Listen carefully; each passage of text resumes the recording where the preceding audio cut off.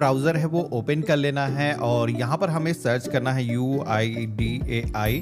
तो हमारे सामने आधार कार्ड की जो ऑफिशियल वेबसाइट है आ जाएगी। वैसे इसका जो लिंक है मैंने वीडियो के डिस्क्रिप्शन में और पिन कमेंट के अंदर भी आपको दे रखा है, जहाँ से आप डायरेक्टली इस पोर्टल पर आ सकते हो।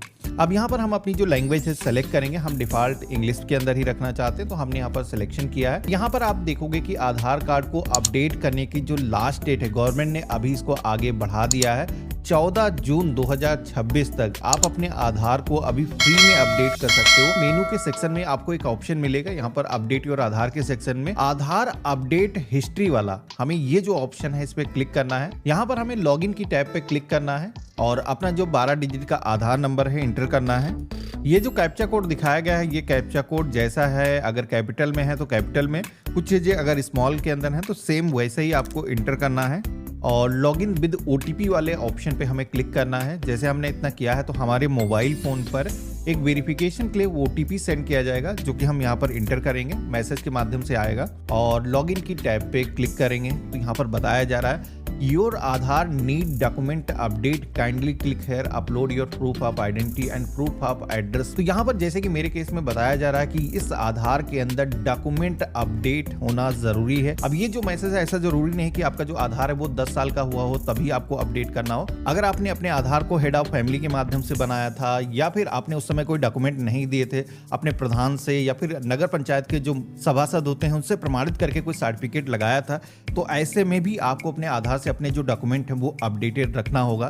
तो इसके लिए एक ऑप्शन यहाँ पर आपको मिलता है आधार अपडेट हिस्ट्री वाला। अब यहाँ पर ये जो ऑप्शन है बड़े कमाल का है। अब यहाँ पर एक चीज मैं आपको दिखाता हूँ, यहाँ पर अपडेट आधार हिस्ट्री का एक ऑप्शन दिया गया, जिसपे मैं अगर क्लिक करता हूँ तो यहाँ पर आधार के अंदर जब जब आपने कोई करेक्शन कराए होते हैं, जो भी अपडेशन कराए होते हैं, जैसे कि गवर्नमेंट की तरफ से ये भी कहा गया है कि अगर आपने 10 साल जैसे कि आधार आपका हो गया बनवाए हुए और इस बीच में आपने कोई करेक्शन कराया है, तो आप सभी को आधार के अंदर डॉक्यूमेंट अपडेट करने की ज़रूरत नहीं है। लेकिन यहाँ पर आप देखोगे कि ये जो करेक्शन हमने विद इन 2 मंथ पहले ही कराया है, लेकिन यहाँ पर फिर भी मेरे आधार के अंदर यहाँ पर डॉक्यूमेंट अपडेट होना ज़रूरी है, क्योंकि हमने यहाँ पर जो करेक्शन कराया था उसमें डेमोग्राफिक अपडेट कराया था, यानी कि फिंगरप्रिंट, आइरिस और फोटो को चेंज कराया था। तो इसमें कोई डॉक्यूमेंट की ज़रूरत होती नहीं। इसी के साथ मोबाइल नंबर भी अगर हमने चेंज कराया तो उसमें भी कोई डॉक्यूमेंट की ज़रूरत नहीं होती है। तो ऐसे में क्या होता है कि आपको सेपरेट डॉक्यूमेंट अपडेट करने होते हैं। तो इस तरीके से पोर्टल के अंदर आकर के आप चेक कर सकते हो। बाकी अपडेट कैसे करना है मैं आपको दिखा देता हूँ।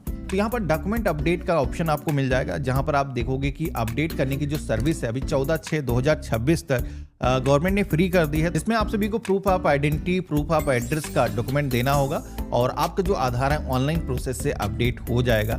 अब यहाँ पर एक चीज आपको बता देता हूँ कि ये जो अपडेशन का प्रोसेस है जब आप कंप्लीट करते हो तो आपके आधार के अंदर कोई भी करेक्शन नहीं होगा, यानी कि आपके आधार के अंदर जो भी करंट में आपकी जो इंफॉर्मेशन है वो मौजूद है, चाहे एड्रेस में हो या फिर नेम के अंदर, वो कोई भी एंट्री यहाँ पर आपकी चेंज नहीं होगी।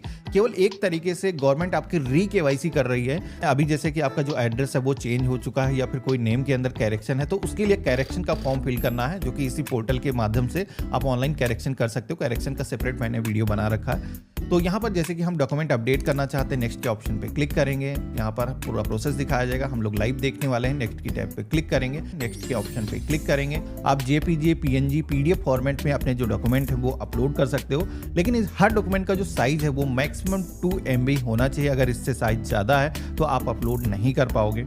अब डॉक्यूमेंट की बात करें तो यहाँ पर 2 तरीके के डॉक्यूमेंट आपको देने होते हैं। जैसे कि पहला जो सेक्शन है प्रूफ ऑफ आइडेंटिटी का, यहाँ पर हमें दिखाया जा रहा है, जिसकी टैब पे अगर हम क्लिक करेंगे तो कई सारे डॉक्यूमेंट के जो ऑप्शन है वो आ जाते हैं। यहाँ पर हमारा जो ड्राइविंग लाइसेंस अगर बना हुआ है, पासपोर्ट बना हुआ है, या फिर पैन कार्ड हमारे पास में है तो वो हम यहाँ पर दे सकते हैं। वोटर ID कार्ड भी लगाया जा सकता है और ई-पैन, ई वोटर ID कार्ड भी यहाँ पर आप दे सकते हो, यानी कि इंटरनेट के माध्यम से भी डाउनलोड करके आप अपलोड कर सकते हो, लेकिन उसमें कोई पासवर्ड नहीं लगा होना चाहिए। नरेगा जॉब कार्ड दिया जा सकता है, किसान फोटो पासबुक दी जा सकती है, मार्कशीट आप दे सकते हो, किसी भी बोर्ड या फिर यूनिवर्सिटी के द्वारा अगर जारी की गई है तो उसका सर्टिफिकेट आप दे सकते हो।